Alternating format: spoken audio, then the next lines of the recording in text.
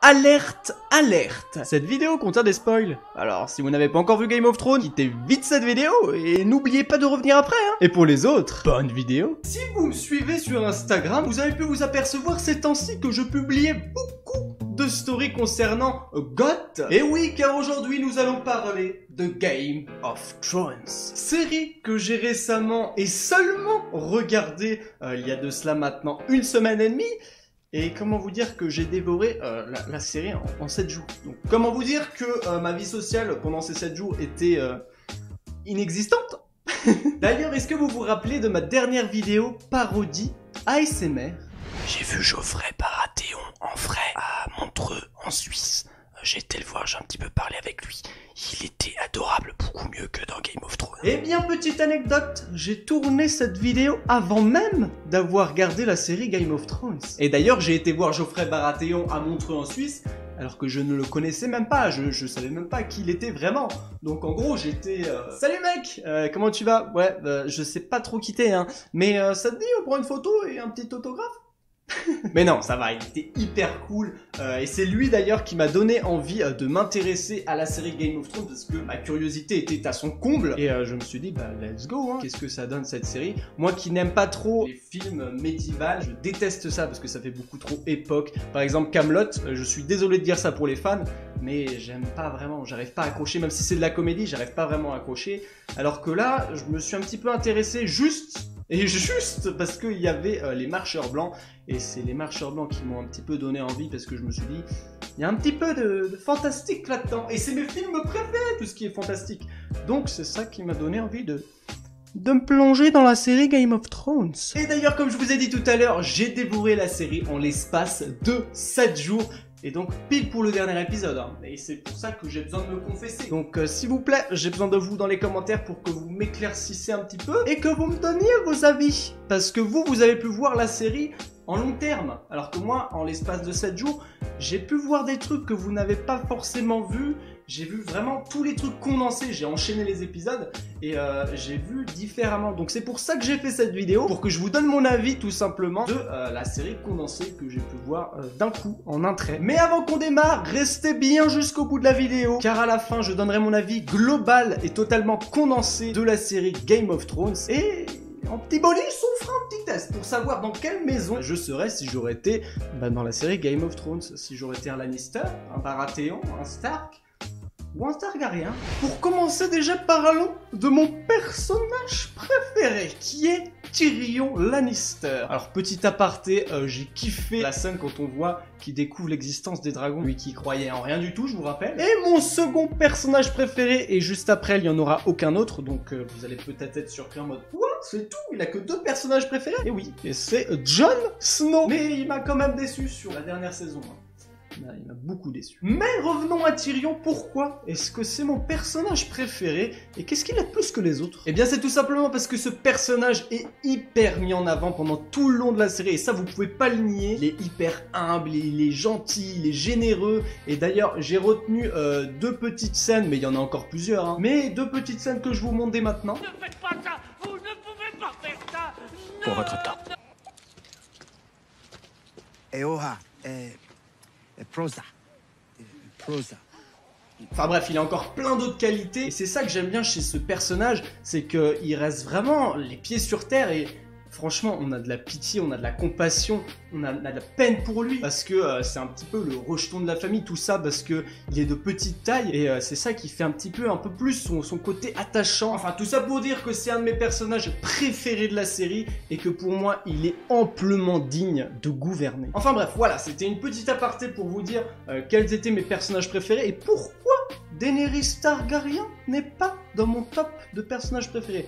Il y en a 2, hein. Et encore Jon il m'a déçu, donc il y en a plus un. Et encore ce Tyrion il est vraiment haut dans ma liste. Mais pourquoi est-ce que Daenerys n'est pas dans ma liste? Alors déjà on a de la pitié, mais de la pitié immense envers elle. Et on essaye de la comprendre, etc. Parce que elle a été violée, hein, tout simplement. Donc comment te dire que tu essayes de te mettre à sa place, tu fais ah merde, c'est pas cool ça. Mais c'est pas vraiment ça qui fait que j'ai pas réussi à accrocher avec Daenerys, c'est tout simplement que on voit qu'elle est vraiment pas assez mise en avant. Si vous calculez tout le nombre d'heures, et puis surtout que moi j'ai vu toute la série condensée, je vous rappelle, en 7 jours, j'ai vraiment vu la différence que Daenerys elle est pas assez mise en avant et que... On va dire sur quoi? Sur 80 heures de série, bon il y a peut-être plus hein, mais sur les 80 heures, elle apparaît peut-être, je sais pas, à peine 20 heures. Et encore je pense que j'exagère, elle apparaît même pas à 20 heures je pense.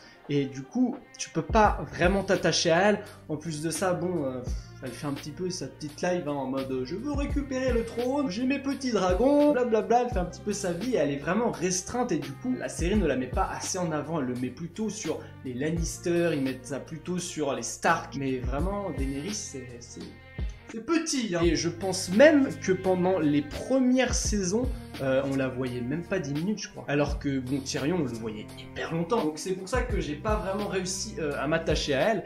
Et j'ai bien fait, parce que quand on voit les derniers épisodes de Game of Thrones, je pense surtout à la 5 et la 6, bah, là, qu'est-ce qu'elle mérite, hein, mais voilà. J'ai bien fait de pas m'attacher, hein, et désolé pour vous si vous êtes attaché à Daenerys, fallait pas, mais voilà, j'ai bien fait, j'ai fait mon choix. Mais vraiment, quand je vous dis que j'ai vu la série vraiment commencer, on voit vraiment qu'elle est pas assez mise en avant, et on voit vraiment sur qui il faut que tu te concentres plus. Et là, on sent qu'ils ont vraiment mis Tyrion sur un piédestal et ils l'ont vraiment mis haut. Et c'est une bonne chose. Mais je suis quand même déçu pour la fin. Mais ça, on en reparlera un petit peu vers la fin de la vidéo. Bon, maintenant, si vous le voulez bien, on va un petit peu parler des morts qu'il y a eu. Et on va commencer avec le père Stark. Je crois que c'est l'une des morts, c'est pas la numéro 1, mais c'est l'une des morts qui m'a le plus surpris. J'étais là en mode...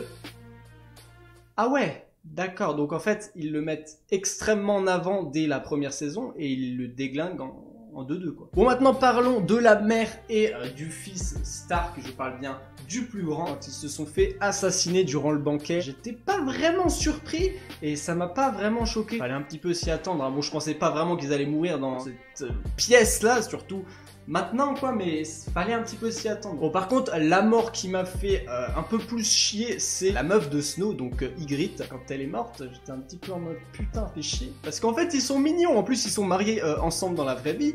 Et ils sont vachement mignons ensemble. Je vous jure que pendant cette scène, j'avais des petits frissons. J'étais là en mode putain, mais pourquoi vous faites ça? C'est dégueulasse. Mais même quand tu commences à voir Ygritte et tu les vois tous les deux, tu te dis mais allez là, putain, allez, attention, hein. Je sais ce que vous pensez, hein. Calmez-vous. Après, je pense que la mort qui m'a le plus fait bugger, c'était la mort de Jon Snow. Quand ils l'ont appelé, qu'ils l'ont tous tranché à coups de couteau comme ça. Mais en même temps, bon, je me suis fait un petit peu spoil parce que j'avais vu des petites miniatures hein, en tendance sur YouTube. Et donc, je voyais que de dos qu'il y avait Jon. Enfin, je le reconnaissais de dos. Je me suis dit, ça c'est Jon Snow, ça vous me la faites pas à moi. Ensuite, la saison 6, épisode 10. Pour moi, a été le meilleur épisode entre la saison 1 à 6. En fait, c'était le dernier épisode ultime, quoi. Il était vraiment extrêmement bien. Et par contre, la mort de Marjorie m'a fait un peu chier parce que je l'aimais quand même bien. Mais après, quand le roi s'est suicidé, là, j'ai bugué. J'étais en mode, quoi?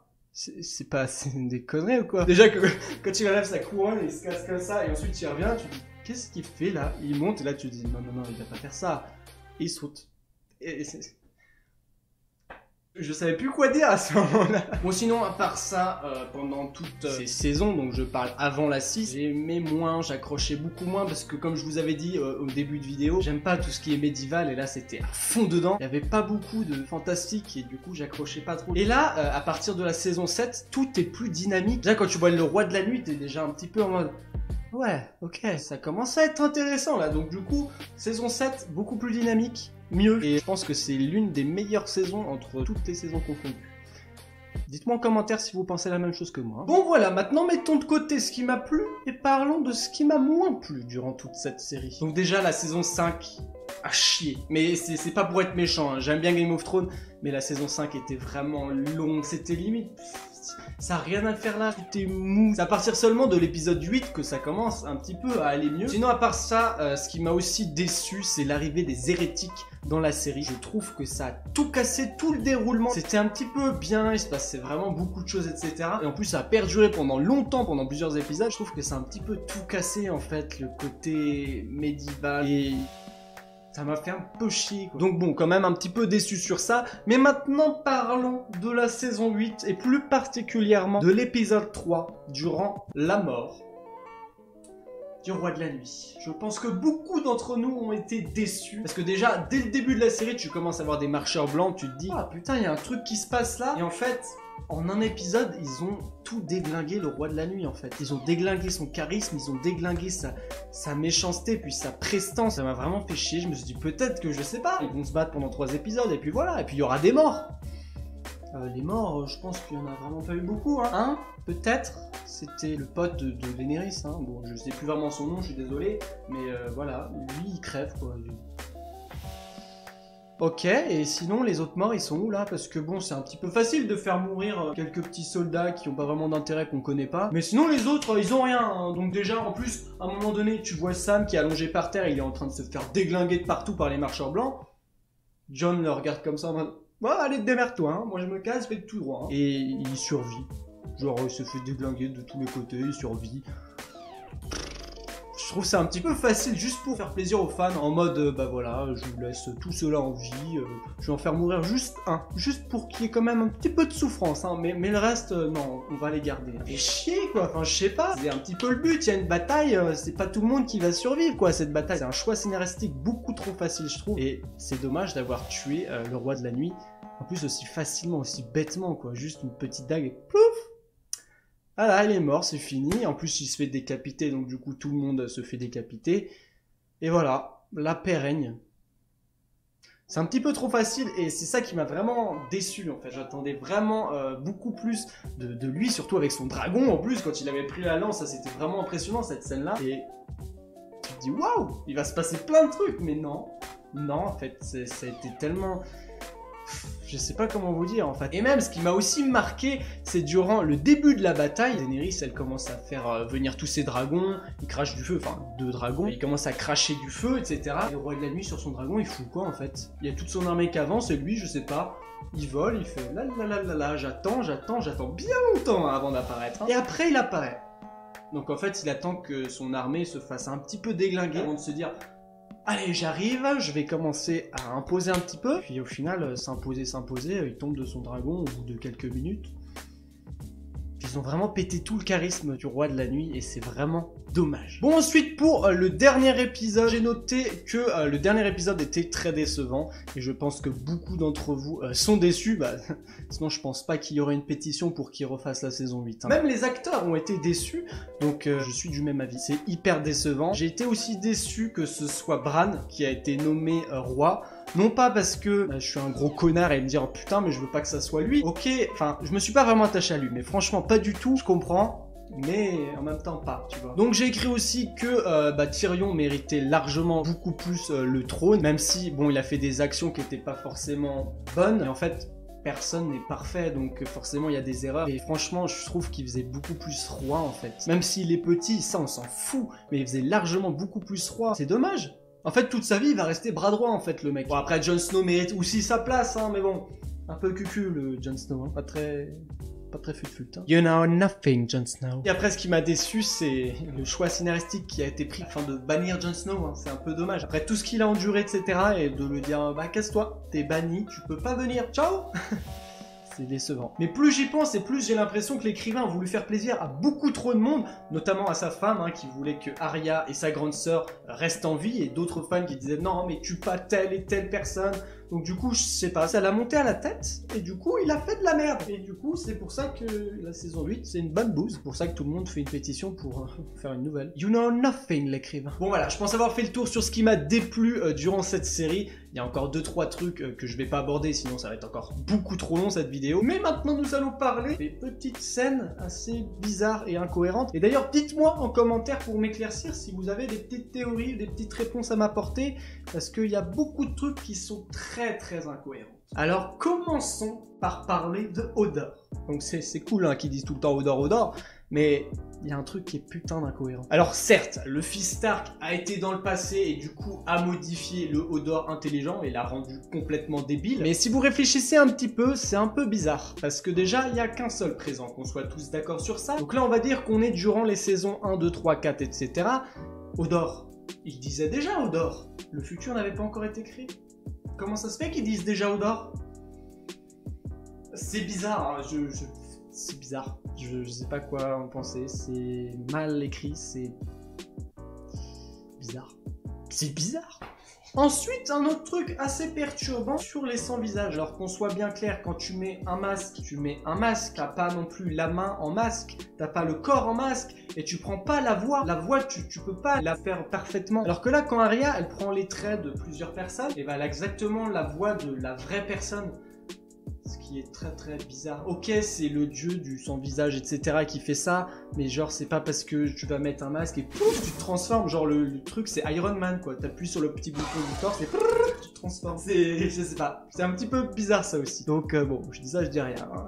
Bon, ensuite, un petit truc assez débile bon, que j'ai pensé. Pourquoi est-ce que le roi de la nuit veut à tout prix déglinguer le mur et passer de l'autre côté? En fait, imaginons dans un autre futur hein, qu'il aurait réussi à déglinguer tout le monde. Ça aurait été quoi son but? Enfin, je sais pas, ça fait quoi d'avoir un trône s'il est entouré de débiles en fait? Parce que c'est lui qui les contrôle par la pensée. Donc tout le monde est en mode... Et lui il est là en mode... Yeah, je suis roi de débile, le roi des cons. Ça aussi c'est pas très très logique en fait. Je vois pas c'est quoi l'intérêt de tuer tous les humains, de tuer tous les petits, les gamins, etc. Pour au final être entouré de débiles. Et qu'au final il n'a pas de but parce qu'il est condamné sur Terre. Et puis même si, je sais pas, c'est con en fait. Ensuite, saison 8 épisode 5. On est d'accord vous et moi que Bran aurait pu rentrer en possession du dragon pour éviter que Daenerys mette en feu et à sang Port-Réal. Et ouais, ça c'est un choix scénaristique qui s'est dit non, Bran on va le laisser assis sur son petit fauteuil, et puis voilà, il va rien se passer, elle va faire ce qu'il faut faire, et lui non, bah il reste comme ça. Ok. Bon et ensuite, dernière petite incohérence, c'est sur Arya durant la saison 8 épisode 5. Tout le monde est mort autour d'elle, il y a des cendres de partout, c'est la seule, mais je dis bien la seule, qui est en vie. Tout le monde a été déglingué, mais elle, non. Ça, c'est le scénariste pour faire plaisir à sa femme. Ça c'est une certitude. Et c'est... Comme par hasard. Comme par hasard, bah oui, c'est la Stark, c'est celle qu'on a suivie pendant tout le temps, et elle en vit. Comme de par hasard. Et en plus de ça, un cheval, il peut l'aider à se casser comme ça. Et puis voilà, du coup, elle le prend et elle se taille avec. Donc ça veut dire que le cheval est plus intelligent que tous les gens qui habitent à Port-Réal. Bon, puis pour finir, hein, Daenerys, qui disait, rappelez-vous, je ne suis pas comme mon père le roi fou. Et au final, si, t'es devenue folle ma petite. Hein. Bon, peut-être pas aussi fou que son père, mais t'es devenue folle. Voilà, donc fallait pas la croire. Et heureusement que je me suis pas attaché à elle. Hein. Merci. Enfin bref voilà les gens, je pense que j'ai un petit peu tout dit, hein. Donc si je fais un résumé global, donc comme je vous avais promis en début de vidéo, la petite conclusion c'est que, ok, ça m'a un petit peu surpris, j'aime beaucoup, même si j'étais beaucoup déçu par la saison 8, j'aime beaucoup malgré que j'avais des petits a priori, que j'aime pas le médiéval, que j'allais pas aimer, mais au final... ça va, t'arrives à t'accrocher à l'histoire. Et du coup, ça va, je reste sur une bonne note quand même plutôt positive. Malgré, comme tout ce que je vous ai dit, c'était un petit peu, il y a des incohérences, il y a des petits trucs un peu bizarres. Mais ça va. Après, je crache sur la saison 8, mais pour vous dire, sur la mort de Daenerys, ça, j'étais ok.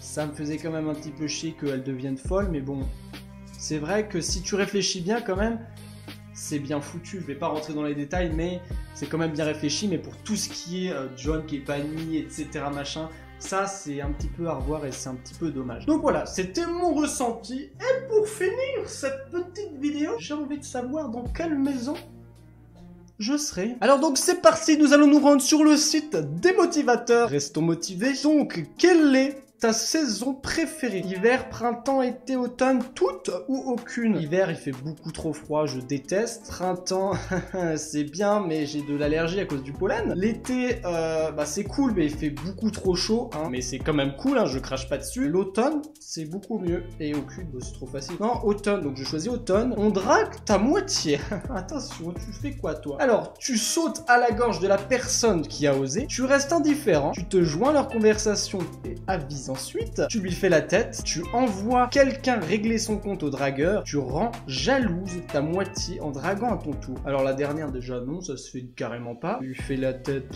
ouais en fait t'es une merde quoi ça veut dire. Tu lui sautes à la gorge, vas-y trop, non je suis pas violent. Donc je pense que je vais me joindre à la discussion et j'advise ensuite. Pour rester un petit peu malin. Ensuite, face au danger, tu appelles tes amis, tu fonces sans hésiter, tu fuis, tu te caches, tu élabores un plan ou rien, c'est toi le danger, donc c'est moi le danger. Non, je suis pas un danger, moi, vu ma corpulence, hein. Qu'est-ce que je fais? Non, je fuis pas, je suis pas un lâche, je vais pas me cacher non plus. Je pense que j'élabore un plan. Et ensuite, je j'advise, bah, comme celui-là d'avant, en fait. D'ailleurs, les gens, petit aparté, si vous voulez savoir, vous aussi, dans quelle maison vous êtes, je vous mettrai le lien juste en bas dans la description. Vous pouvez me dire aussi en commentaire dans quelle maison vous êtes. Hein, moi, j'ai hâte de savoir, là, franchement, j'ai putain de hâte de savoir. Donc, tu découvres un mystérieux œuf. Qu'en fais-tu? Tu le couvres du mieux que possible, tu l'emmènes à un expert, tu fais des recherches dessus, tu tentes de l'ouvrir, tu le vends ou t'en fais une omelette. Bah oui, bien sûr, genre tu le pètes comme ça l'œuf, alors que c'est un œuf de dragon. Enfin, quoique, non, c'est un mystérieux œuf, attention hein. Je pense que je fais des recherches dessus. Ensuite, que représentent les animaux pour toi? Alors là, direct, je te dis, moi c'est la famille, hein, je lis pas les autres trucs. De qui te rapprocherais-tu pour influencer une personne d'influence? Du garde du corps, de son maître spirituel, d'un membre de sa famille, d'un ami proche, de son cuisinier ou de la personne directement? Je pense que ça serait plus d'un ami très proche, parce que déjà membre de sa famille, ils le connaissent par cœur et puis je pense qu'il le protège, en même temps il le couvre un petit peu et le reste, bon, on s'en fout un petit peu. Donc ouais, son ami très proche. Ensuite, qu'emmènerais-tu forcément avec toi en voyage? Poupée gonflable.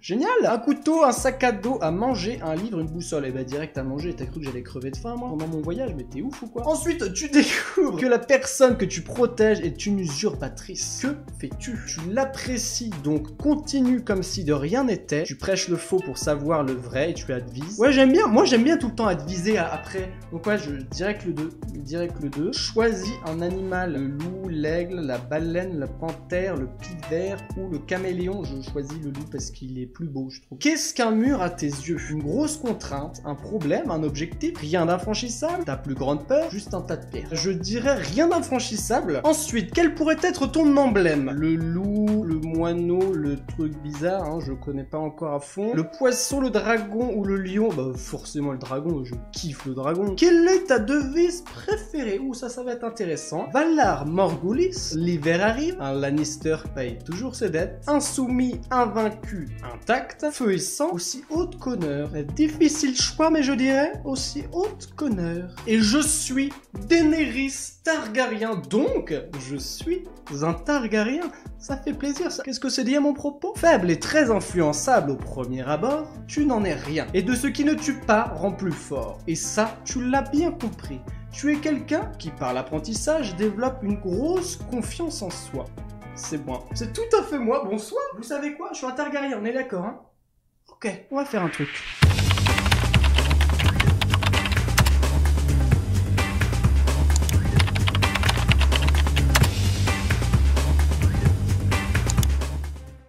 Je suis Lord Gaming Targaryen, fils de tu ne sauras pas qui Targaryen, et roi des 7 couronnes. Et ton roi souhaite que tu t'abonnes à cette chaîne YouTube. Ou sinon, il en va de ton doigt. Ou du moins, de ton index. Dracarys.